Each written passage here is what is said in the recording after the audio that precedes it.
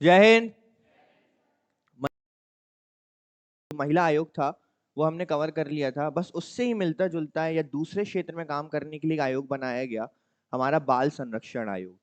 जो बाल संरक्षण आयोग है, इसके नाम से क्लियर हो रहा है किसके लिए होगा ये। जैसे महिला आयोग था आपका, वो महिलाओं के लिए था, वो महिलाओं के अधिकारों की रक्षा करता था, ये महिलाओं के क्षेत्र में काम करता था। सेम है, अब यहाँ पे बात किसकी हो रही है, बालक या बालकों की। ठीक है, अब ये जो आयोग है वो किसके क्षेत्र में काम करेगा, बच्चों के क्षेत्र में काम करेगा, या उनके क्षेत्र में उन्हें किस चीज की जरूरत है, या उन्हें शिक्षा किस क्षेत्र में उन्हें शिक्षा चाहिए, किस क्षेत्र में उन्हें खाने पीने की सारी चीजों का ध्यान कौन रखता है, ये हमारा बाल संरक्षण आयोग रखता है। अब बाल संरक्षण आयोग भी दो स्तर पर है हमारा, एक हमारा केंद्रीय स्तर पर है और एक हमारा राज्य स्तर पर है। ये दोनों ही स्तर आज हमें कवर करने। बहुत बड़ा आयोग नहीं है, बहुत ही सरल है, समझने में आसान है, और बहुत ज्यादा इसमें कोई ऐसी चीजें नहीं है जो बहुत कठिन हो समझने के लिए। ठीक है, बस आपको इसकी मेन चीजें जो याद रखनी है वो है कि किस अधिनियम के तहत बना और किस अधिनियम के तहत इसकी स्थापना कब की गई है। ठीक है, तो जब एक बात आती है कि अधिनियम, अधिनियम मतलब अधिनियम के तहत यदि बना है, इसका मतलब है कि संवैधानिक नहीं है। संवैधानिक नहीं है तो क्या है ये हो गया सांविधिक या वैधानिक। अब मुझे लगता है कि आप लोग सांविधिक और संवैधानिक शब्द से एकदम फ्रेंडली हो गए होंगे कि इसका फर्क क्या है दोनों के बीच का। बालक अधिकार संरक्षण आयोग अधिनियम 2005। तो अब आपको ये याद रखना है कि बालक अधिकार संरक्षण आयोग अधिनियम किस वर्ष आया, और इसी अधिनियम के तहत 2 वर्ष के बाद 5 मार्च 2007 को इस आयोग को क्या किया जाता है, गठन किया जाता है। अधिनियम कब आया, 2005। उसके 2 वर्ष बाद, अभी केवल आप ईयर याद रखो, उसके 2 वर्ष बाद कब, 2007 को इस आयोग का गठन किया जाता है। किस रूप में, वैधानिक या संवैधानिक, वैधानिक रूप में इसका गठन किया जाता है 5 मार्च 2007। बाल अधिकारों की सार्वभौमिकता और गैर उल्लंघनीयता को रोकना, यानी बाल अधिकारों की सार्वभौमिकता को क्या करना, प्रचारित करना, लोगों को उसके प्रति जागरूक करना, और जो उसका उल्लंघन हो रहा है बाल अधिकारों को, उस पर क्या लगाना है, आपको रोक लगाना है। अच्छा, बाल अधिकारों का उल्लंघन मतलब दुरुपयोग, क्या, बच्चों से मजदूरी करवाना, बिल्कुल सही है। और क्या हो सकता है,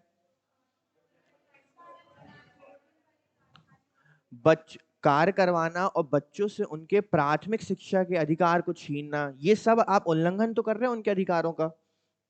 यह आयोग महिला एवं बाल विकास मंत्रालय के तहत कार्य करता है। यह एक किस प्रकार का आयोग है, और इसका मुख्यालय कहां पर है, हेडक्वार्टर, इसका हेडक्वार्टर है दिल्ली में। ठीक है, मोस्टली जितने भी हमारे केंद्रीय आयोग हैं उसके हेडक्वार्टर्स कहाँ देखने मिलते हैं, हमें दिल्ली में देखने को मिलते हैं। तो ये हमने थोड़ा सा इसका परिचय देख लिया। किस अधिनियम के तहत, 2005 के तहत। डेट बताइए, 5 मार्च 2007 को ये बना है। और किन के लिए बना है ये, बच्चों के या बालकों के अधिकारों को संरक्षित करने के लिए इसको बनाया गया है। ठीक है, सिंपल। अब देखते हैं कि आखिर इसकी संरचना क्या होती है। तो इसकी संरचना में कुल सदस्य क्या होते हैं, 7। अब देखना इसके जो सदस्य होते हैं, इसमें कोई बहुत भारी भरकम चीजें नहीं रखी गई हैं कि योग्यता कुछ हैवी सी रखी जाए तभी वो बन सकते हैं। बहुत सरल सी योग्यताएं रखी गई हैं। अब 7 सदस्य, तो उसमें एक क्या होगा, एक तो अध्यक्ष होगा। अध्यक्ष जो होता है वो प्रतिष्ठित व्यक्ति जिसने बच्चों के कल्याण को बढ़ावा देने के लिए असाधारण कार्य किया हो। अब आप लोग बहुत अच्छे से जानते हैं, आप मुझे एक नाम सजेस्ट भी कर सकते हैं इसके लिए, जो इसके अध्यक्ष बन सकते हैं। कौन, कैलाश सत्यार्थी। नाम सुना है कैलाश सत्यार्थी का। कैलाश सत्यार्थी वो व्यक्ति हैं जिन्होंने एक आंदोलन चलाया, बचपन बचाओ आंदोलन। अच्छा, ये जो बचपन बचाओ आंदोलन है, इसी के लिए 2014 में इनको शांति का क्या दिया गया, नोबेल प्राइज दिया गया। तो अब देखो किसके क्षेत्र में काम किया है, बच्चों के क्षेत्र में काम किया, और 2014 में क्या मिल गया। तो मतलब इन्होंने कार्य भी किया और अब ये प्रतिष्ठित व्यक्ति भी बन चुके हैं। तो यहाँ लिखा हुआ है कि प्रतिष्ठित व्यक्ति जिसने बच्चों के कल्याण को बढ़ावा देने के लिए असाधारण कार्य किया, तो मतलब ये अध्यक्ष बन सकते हैं, ये बिल्कुल योग्यता रखते। क्या यहाँ लिखा है कि वो सिविल सेवक होना चाहिए या संघ का कोई अधिकारी होना चाहिए, नहीं लिखा है। अब जो जो 6 सदस्य होते हैं उसमें 2 क्या होनी चाहिए, महिलाएं। अच्छा, आपको याद होगा महिला आयोग में हमने देखा था कि उसमें एक एसटी और एक एससी होना चाहिए। वहां ऐसा कहीं नहीं लिखा था कि महिला इतनी होनी चाहिए, लिखा था, पर यहां लिखा है ठीक है, क्योंकि बच्चों को तो एक माँ ही समझ सकती है। ठीक है, तो कितनी माँ चाहिए? 2। ठीक है, अब उनकी माँ नहीं, ठीक है, जगत माँ कोई भी बन सकती है। ठीक है, कितनी? 2। 6 सदस्यों में से 2 महिलाएं होनी चाहिए, और ये किस क्षेत्र से आएंगे? केंद्र सरकार द्वारा शिक्षा, बाल स्वास्थ्य, कल्याण, बाल विकास, ये बाल विकास है, वंचित वर्गों की देखभाल, बच्चों से संबंधित कानून जैसे क्षेत्रों में बाल मनोविज्ञान, बच्चों से संबंधित ख्याति प्राप्त व्यक्ति। यहां पर भी किसी भी प्रकार के सरकारी सदस्य की बात नहीं की गई। सरकार ने बोला जो 6 सदस्य आएंगे उसमें कितनी महिलाएं होंगी? 2 महिलाएं होंगी। अब वो बाल विकास से संबंधित होनी चाहिए, या बाल विकास से संबंधित, या फिर मनोविज्ञान से संबंधित क्षेत्र में उन्हें ख्याति प्राप्त। अच्छा, मनोविज्ञान, अच्छा इस शब्द का उपयोग क्यों किया गया? मनोविज्ञान क्यों? क्योंकि जब बात आती है छोटे बच्चों की, तो वहां आप अपनी समझ का उपयोग नहीं कर सकते कि आप बहुत इंटेलिजेंट हो तो बच्चों के साथ डील कर सकते हैं। आपको एक मनोवैज्ञानिक होना मतलब सामने वाले बच्चे की मनोस्थिति को समझना, उसे किस प्रकार से ट्रीट किया जाना है या उसको किस प्रकार से उसका उपचार किया जाना है, इसका आपको ज्ञान होना चाहिए। इसलिए क्या बोला गया? ये मनोविज्ञान की भी यहाँ बात की गई है। हमने अभी तक किसी आयोग में मनोविज्ञान की बात सुनी क्या? पर इस क्षेत्र में आपको वो जरूरत पड़ेगी। ठीक है, तो कुल कितने सदस्य होते हैं? कुल सदस्य होते हैं 7।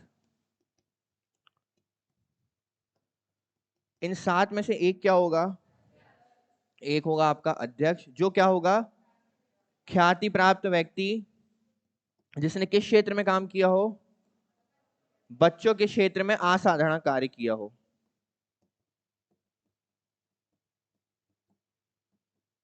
जो 6 सदस्य हैं आपके, इसमें कितनी महिलाएं होंगी? इसमें सबसे पहले आपकी होंगी 2 महिलाएं।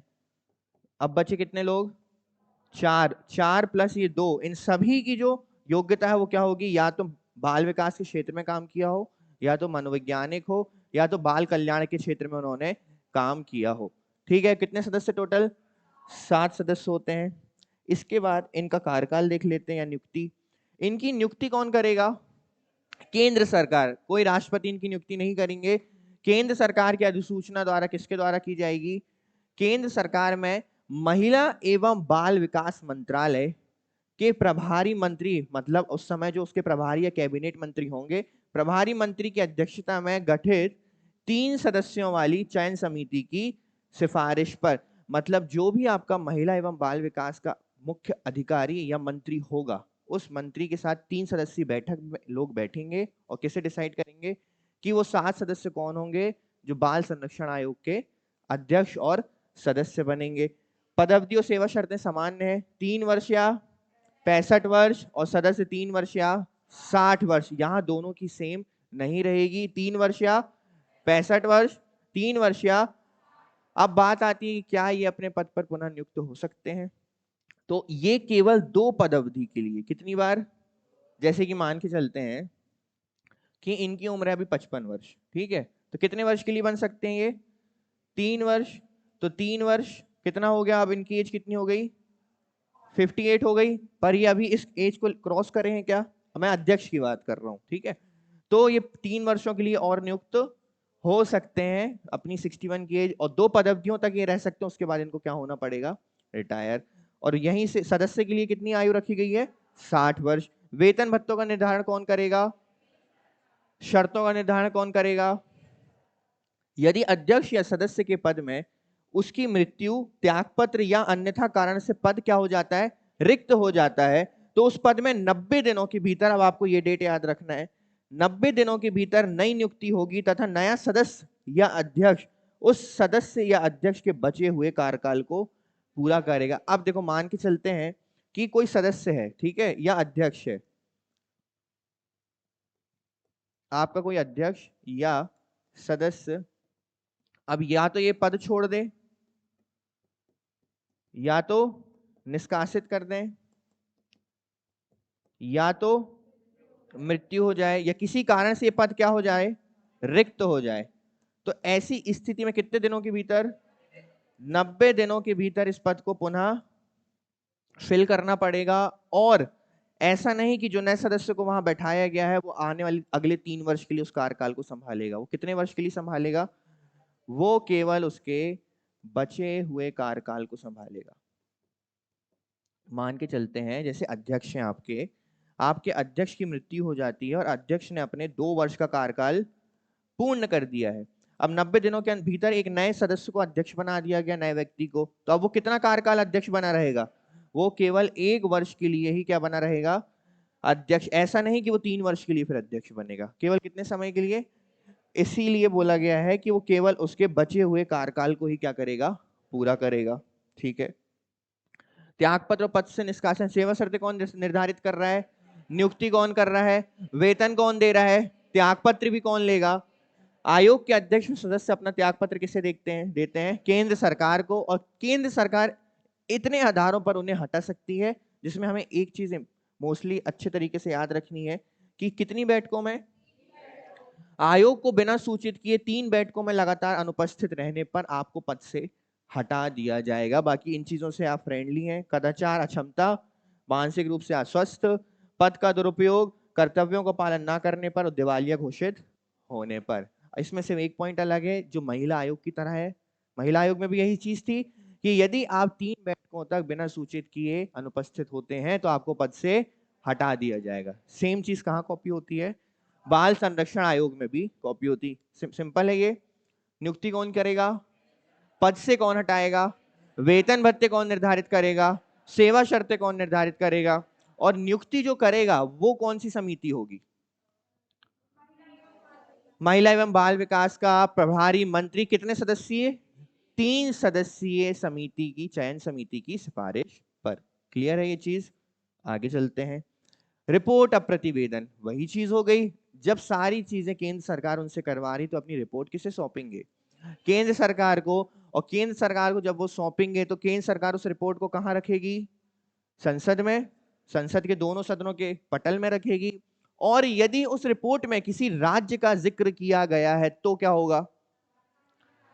उस राज्य के राज्यपाल को वो रिपोर्ट की कॉपी सौंपी जाएगी और फिर वो उस राज्य का राज्यपाल उसको उस राज्य की विधानमंडल में रखेगा। एक चीज तो आप बिल्कुल समझ लो, कोई भी आयोग हो, चाहे जो रिपोर्ट है जब भी वो केंद्र में जाती है, अब वो चाहे राष्ट्रपति को सौंपी जाए चाहे वो डायरेक्ट केंद्र सरकार को सौंपी जाए, यदि उसमें किसी राज्य का जिक्र है, ठीक है, तो वो उस संबंधित राज्य में अवश्य जाएगी, उसकी एक कॉपी वहां जाएगी और वहां के भी विधानमंडल के पटल में रखी जाएगी। क्लियर है ये चीज?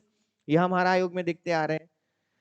राष्ट्रीय बाल संरक्षण आयोग के कार्य: बाल अधिकार के उल्लंघन की जांच करना, कार्यवाही के संबंध में सिफारिश करना। इससे हमें एक चीज पता चलती है कि ये कार्यवाही की केवल क्या कर सकता है? सिफारिश कर सकता है। केंद्र सरकार को रिपोर्ट प्रस्तुत करना। अब एक चीज है, जब महिला आयोग में महिला से संबंधित कोई भी कानून बन रहा था तो एक बार सिफारिश कौन दे रहा था? अपनी महिला आयोग दे रहा था। वैसे ही यदि बालकों के लिए कोई नया कानून बनाया जाएगा तो केंद्र सरकार एक बार किससे सिफारिश लेगी या किससे मशवरा करेगी? सलाह मशवरा बाल संरक्षण आयोग के साथ करेगी। बाल अधिकारों के उल्लंघन की जांच व कार्यवाही करना, बाल अधिकारों के क्षेत्र में अनुसंधान करना एवं उसे बढ़ावा देना। ठीक है। अब छोटे बच्चों के भी बहुत सारे अधिकार होते हैं। सबसे पहला अधिकार तो उनका क्या है? प्राथमिक शिक्षा। ठीक है, सबसे पहला अधिकार है उनका प्राथमिक शिक्षा, जो कि अब एक किस प्रकार का अधिकार हो चुका है आपका? संवैधानिक है या केवल विधिक है? शिक्षा का अधिकार अब क्या हो चुका है आपका? संवैधानिक। कौन सा आर्टिकल? 21A। ठीक है, कार्य समझ में आए हैं बालकों के क्षेत्र में। इसके अलावा एक चीज और, यदि बच्चे, ये लिखा हुआ है किशोर संरक्षण, ऐसे क्षेत्र होते हैं, मान लीजिए छोटे बालक होते हैं, 2 प्रकार से होते हैं। देखो, किशोर संरक्षण में बच्चे, एक जिनके माता पिता नहीं है ना, और न्यायालय ने उन्हें यहाँ पर रखा हुआ है। दूसरा होता है कि उनके द्वारा कोई ऐसा कृत्य किया गया है जो नासमझी में किया, परंतु उन्हें सुधार गृह में भेजा जाना है। तो ऐसी स्थिति में जब उन्हें इस स्थान पर रखा जाता है तो बाल संरक्षण आयोग जाकर ये देखता है कि उनकी व्यवस्था वहां पर किस प्रकार से की गई है और किसी प्रकार से उनके अधिकारों का हनन, भोजन की व्यवस्था, रहने की व्यवस्था और एक जो जीवन यापन होना चाहिए गरिमामय, वो वहां व्यतीत कर पा रहे हैं या नहीं। इसकी जांच कौन करता है? बाल संरक्षण आयोग करता है। इसके बाद प्रथम अध्यक्ष कौन रहे हैं इसके? शांता सिन्हा। अब ये बताइए, ये आयोग कब बना है? 2007। अभी चल रहा है 2023। इसका मतलब बहुत सारे अध्यक्ष तो इसके रहे नहीं होंगे। पहले कौन रहे हैं? शांता सिन्हा।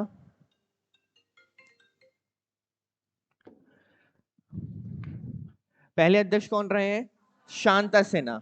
शांता सिन्हा। वर्तमान अध्यक्ष इसके कौन है? प्रियांक कानून गो। ठीक है, ये नाम आप याद रखेंगे, ये इंपॉर्टेंट नेम है। प्रियांक कानून गो अभी इसके वर्तमान अध्यक्ष हैं। अब तक कुल जो अध्यक्ष रहे हैं, शांता सिन्हा, कुशाल सिंह, स्तुति नारायण काकर और प्रियांक कानून गो। अब देखो इसमें केवल कितने अध्यक्ष रहे? इंपॉर्टेंट हो गया, बिल्कुल पूछा जा सकता है। तो 4 नाम अभी याद कर लो, इस बेहतर है। 2 तो अभी याद हो गए, शांता सिन्हा पहले और वर्तमान के कौन? प्रियांक कानून गो। 2 ठीक है। कुशल, जो बच्चों का अध्यक्ष तो नहीं बनाया जाएगा ना, जो अपने कार्य में क्या होगा? कुशल होगा, बोला ही गया है। तो एक नाम क्या हो गया? कुशाल सिंह। क्लियर है। और फिर स्तुति नारायण काकर। काकर बस आप याद रखो, एक अलग सा नाम है तो आपको याद रहेगा। ठीक है, पहला नाम शांता सिन्हा, दूसरा नाम कुशाल सिंह, तीसरा स्तुति नारायण काकर और चौथा प्रियांक कानून गो। क्लियर है। ये अब तक इसके क्या रहे हैं? अध्यक्ष रहे। अच्छा, अनुदान किससे प्राप्त करेगी? अनुदान मतलब समझते हैं क्या होता है अनुदान? फंड्स किससे प्राप्त करेगी? रिपोर्ट किसको सौंपेगी? अन्य अधिकारियों कर्मचारियों की नियुक्ति तो वो कौन करेगी? मान लें कि इस आयोग को कुछ कर्मचारियों की आवश्यकता कार्य करने के लिए, तो उसकी नियुक्ति भी कौन करेगी? पर ये पूर्णकालिक नहीं होते, अल्पकालीन होते हैं। जब तक काम है तब तक रहते हैं, उसके बाद पद से हटा दिए जाते हैं। किशोर न्यायालय संरक्षण अधिनियम कब आया? वर्ष 2000। किशोर न्यायालय संरक्षण अधिनियम वर्ष क्या? 2000। विश्व बाल श्रम निषेध दिवस कब मनाया जाता है? 12 जून। बाल श्रम निषेध, बाल श्रम निषेध मतलब यहां किसको रोकने की बात हो रही है? बाल श्रम को। ठीक है। अंतरराष्ट्रीय बाल अधिकार दिवस 20 नवंबर। ठीक है। सबसे पहले किशोर न्यायालय संरक्षण अधिनियम कब आया? वर्ष 2000। विश्व बाल श्रम निषेध दिवस 12 जून। अंतरराष्ट्रीय बाल अधिकार दिवस 20 नवंबर। आने वाला है अभी कुछ ही दिनों में। ठीक है, 20 नवंबर। और देख लेते हैं फैक्ट्स इसके। आयोग अपना अधिवेशन कार्यालय के अतिरिक्त किसी अन्य स्थान पर रख सकता है, किसकी सलाह पर?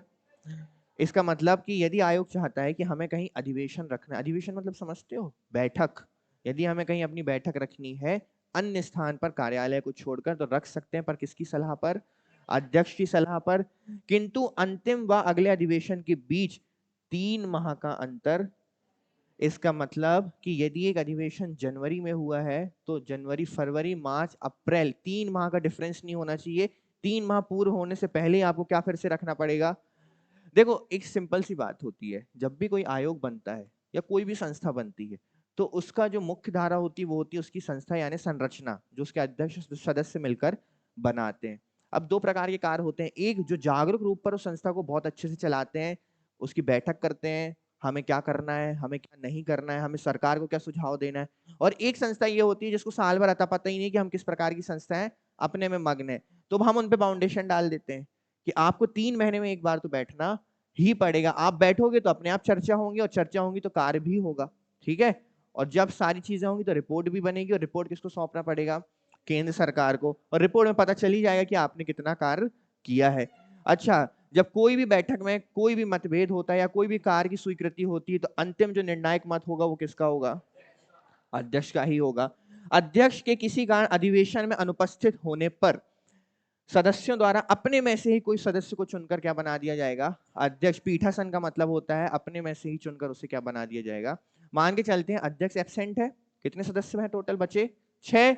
6 में से कोई भी डिसाइड करके अपने में से एक को क्या बना देगा? पीठासन या अध्यक्ष बना देगा, और इन्हें सिविल न्यायालय की शक्तियां प्राप्त है। कुछ था इसमें बहुत ज्यादा कठिन समझने लायक? देखो, सबसे पहले किस अधिनियम के तहत बना है ये? 2000। चलिए बिल्कुल ठीक है, 2005। गठन कब हुआ इसका? डेट बताओ। 5 मार्च। हाँ, 5 मार्च 2007। इसकी जो संरचना है, ठीक है, इसमें कितने सदस्य हैं? कुल 7 सदस्य हैं। इसमें एक क्या है आपका? एक अध्यक्ष है। और 6 क्या है आपके? 6 सदस्य हैं। ये जो 6 सदस्य हैं इसमें कितनी? 2 महिलाएं होना आवश्यक है। ठीक है। ये बताइए नियुक्ति कौन करेगा? नियुक्ति सेवा शर्तें कौन डिसाइड करेगा? वेतन भत्ते त्याग पत्र कौन लेगा? पद से कौन हटाएगा? रिपोर्ट कौन लेगा? ये सारे के सारे कार्य कौन करेगा? केंद्र सरकार। जो अध्यक्ष है इसका कार्यकाल कितना होगा? 365। जो सदस्य है इसका कार्यकाल कितना होगा? 3। अध्यक्ष या सदस्य के पद से मृत्यु हो जाने पर या हट जाने पर क्या होगा? बचे हुए कार्यकाल को कोई और आकर पूरा करेगा, और वो जो व्यक्ति है उसकी नियुक्ति कितने दिनों के भीतर? 90 दिनों के भीतर की जाएगी। चलिए ठीक है। ये जो 7 सदस्य हैं ये किसके द्वारा चुने जाएंगे?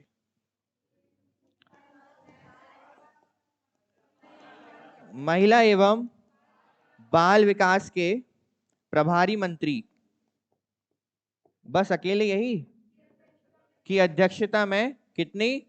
3 सदस्यीय चयन समिति के द्वारा इनको चुना जाएगा। क्लियर है? और विश्व बाल अधिकार दिवस कब मनाया जाता है? 20 नवंबर। और 12 जून को क्या मनाया जाता है?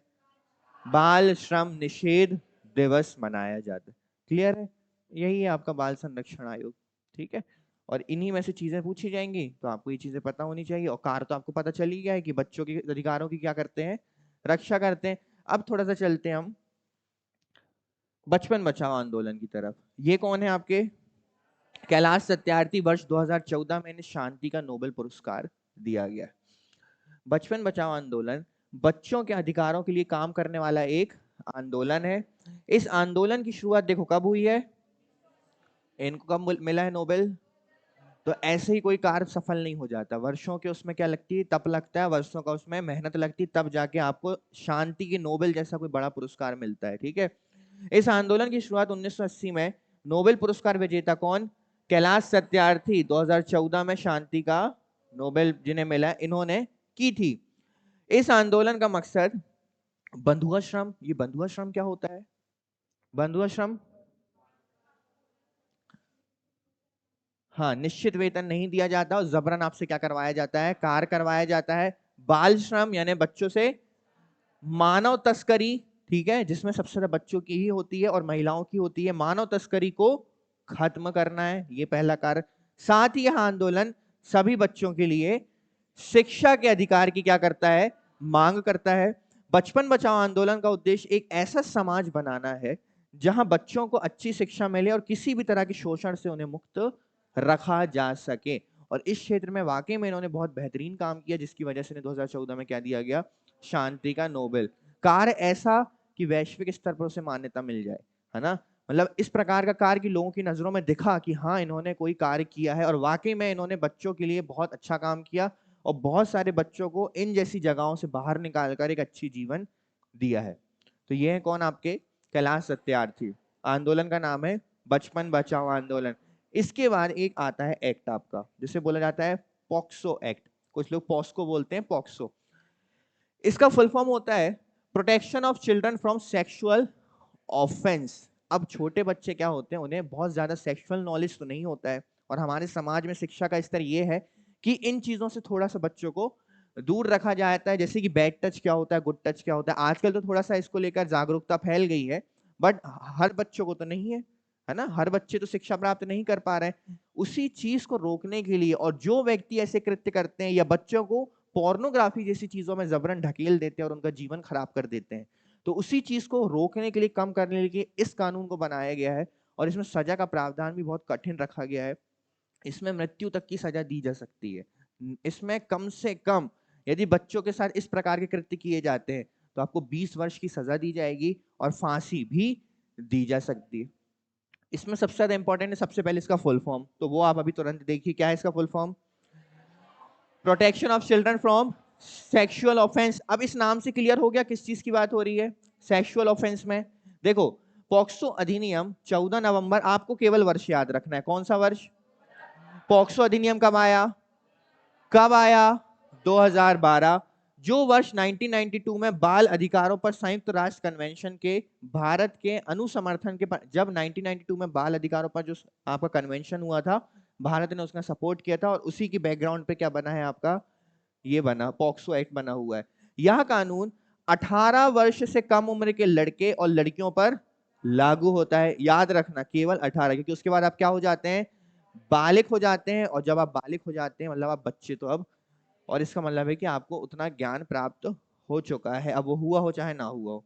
इस कानून के तहत बच्चों के साथ यौन शोषण, यौन उत्पीड़न और पोर्नोग्राफी को अपराध माना गया है। अब मुझे एक चीज बताओ, इनमें से किस शब्द का आपको मतलब नहीं पता है? सारे शब्द। यौन उत्पीड़न समझते हैं, यौन उत्पीड़न, यौन शोषण समझते हैं, बच्चों का बहुत तरीके से शोषण किया जाता है। आप उनसे बंधुआ मजदूरी करवा रहे हैं, वो भी उनका क्या है, शोषण ही है ना। पॉक्सो एक्ट में कम से कम कितने, ये है इंपॉर्टेंट, मोस्ट इंपॉर्टेंट चीज आपको पता होनी चाहिए, मिनिमम कितने वर्ष की सजा का बात की गई है, कितने वर्ष की, 20 वर्ष। पॉक्सो एक्ट में कम से कम 20 वर्ष की कारावास का प्रावधान। बच्चों के साथ होने वाले ऐसे अपराधों को रोकने के उद्देश्य से बच्चों के यौन शोषण के मामलों में मृत्युदंड सहित अधिक कठोर दंड का प्रावधान करने की दिशा में 2019 में अधिनियम की समीक्षा। इसका जो आखिरी, खैर अब तो अभी भी कर दिया गया, 2019 में इसमें क्या किया गया है, संशोधन किया गया है, जिसमें इसकी जो सजाएं हैं उसको और भी ज्यादा क्या बनाया गया है, कठोर बनाया गया है ना। क्योंकि बच्चों के साथ किए गए कृत्य को माफ करने योग्य तो वो होते नहीं है, क्योंकि आप भी इतनी चीज समझते हैं कि यदि किसी बालक या बच्ची के साथ 10 वर्ष की उम्र में, 5 वर्ष की उम्र में, 12 वर्ष की उम्र में कोई भी दुष्कर्म हुआ है, तो वो उनके जीवन का शुरुआती वर्ष होते हैं, और वो चीज को जीवन भर फिर नहीं भूल या उससे उभर नहीं पाते हैं। तो ऐसे कृत्य करने वाले व्यक्ति को छोटी मोटी सजा देना या 6 महीने की जेल देना तो मुमकिन हो नहीं सकता। और आप सभी जानते हैं हमारे यहाँ जब 6 महीने की बच्चियों से उनको नहीं छोड़ा जाता है, तो फिर तो 18 वर्ष तो बहुत आगे की आयु होगी। इसलिए इसमें किस प्रकार के दंड की बात कही गई है, मृत्यु दंड की बात कही गई है। ठीक है, कौन सा एक्ट किस वर्ष आया, 2012। बचपन बचाओ आंदोलन 1980। क्लियर है, चलिए इसके बाद अब हम बढ़ते हैं मध्य प्रदेश की ओर। जिस प्रकार से केंद्र में एक आयोग बना हुआ है, वैसे ही हमारे राज्य में भी एक आयोग बना हुआ है, किससे संबंधित, बाल अधिकारों से, जो कंप्लीटली फॉलो करता है किसको, हमारे केंद्र में बने हुए आयोग को। और जिस प्रकार की संरचना या जिस प्रकार के कृत्य या कार्य हमें देखने मिलते हैं कहां पर, हमारे केंद्र के बाल संरक्षण आयोग में, सेम एज डिक्टो आपको कहां देखने मिलेंगे। तो आपको इसमें ज्यादा मेहनत नहीं करना पड़ेगा, मेहनत केवल एक है कि जैसे उसका एक अधिनियम था वैसे इसका भी एक क्या होगा, जैसे उसका एक गठन का वर्ष था वैसे इसका भी एक क्या होगा, बस तो वो आपको देखना है। देखो, आयोग का गठन बाल अधिकार संरक्षण आयोग अधिनियम 2005, वहां पे भी क्या था कि धारा 17 के तहत 22 दिसंबर 2000, वहां पर डेट क्या थी, बहुत ज्यादा अंतर नहीं है, यहां डेट क्या याद रखना है, 22 दिसंबर 2007। अब ये भी किस प्रकार का आयोग होगा, और ये भी किसके अंतर्गत आएगा, महिला एवं बाल विकास मंत्रालय के अंतर्गत ये आएगा। ठीक है, कौन सा अधिनियम, 2005 का अधिनियम, और बना कब, 22 दिसंबर 2000। तो बस सिंपल है कि जब केंद्र की बात की जाए तो डेट है 5 मार्च, और जब मध्य प्रदेश राज्य की बात की जाए तो डेट है आपकी 22, और वर्ष दोनों का ही क्या है, और दोनों का ही अधिनियम क्या है, 2005। क्लियर है यहां तक, चलिए कितने, देखो वहां पर कितने सदस्य थे, यहां पर भी कितने हैं, आयोग में एक अध्यक्ष और 6 अन्य, और वही सेम चीज, कितनी महिला सदस्य, और वही सेम योग्यता, कुछ अंतर नहीं है। जैसा केंद्र में था, कितने सदस्य थे, 7 सदस्य थे, 7 में एक क्या था, अध्यक्ष, 6 क्या थे, सदस्य, और इसमें 2 क्या थी, महिला थी। वही चीज कहां कॉपी हो जाती है, अध्यक्ष जो होगा बच्चों के कल्याण एवं संवर्धन के लिए उत्कृष्ट कार्य में अनुभव, जो सदस्य होंगे वही चीज, देखो शिक्षा, बाल कल्याण, मनोविज्ञान, समाजशास्त्र, बाल कष्ट निवारण से संबंधित और अनुभवी व्यक्ति। क्लियर है, वही चीज है जैसी केंद्र में थी। इसके बाद वहां सारे काम कौन कर रहा था, नियुक्ति, त्यागपत्र, सेवा शर्त, वेतन भत्ते, रिपोर्ट, कौन कर रहा था, उसको पलट दो अब किस में, राज्य सरकार में। राज्य सरकार की अधिसूचना द्वारा केंद्र सरकार में महिला एवं बाल विकास मंत्रालय के प्रभारी मंत्री, अब यहां पर सेम चीज वही रहेगी, किसके द्वारा नियुक्त किया जाएगा? आपके महिला एवं बाल विकास के 3 सदस्यों वाली चयन समिति की सिफारिश पर आयोग में एक क्या होंगे आपके, जिसकी नियुक्ति राज्य सरकार के द्वारा की जाएगी। सेम देखिए, पदावधि सेवा शर्तें कितने वर्ष? 365। वेतन भत्तों का निर्धारण राज्य सरकार, वेतन भत्तों का निर्धारण कौन करेगा? राज्य सरकार। अध्यक्ष व सदस्य कितनी? 2 पदावधियों से अधिक के लिए पद को धारण नहीं कर सकते। वहां पर भी 2 पदावधि थी, यहां पर भी कितनी पदावधि है? 2 पदावधि है। ठीक है, यहां सारी नियुक्तियों कार्य कौन कर रहा है? अब इसके बाद रिपोर्ट और प्रतिवेदन किसको सौंपेगा?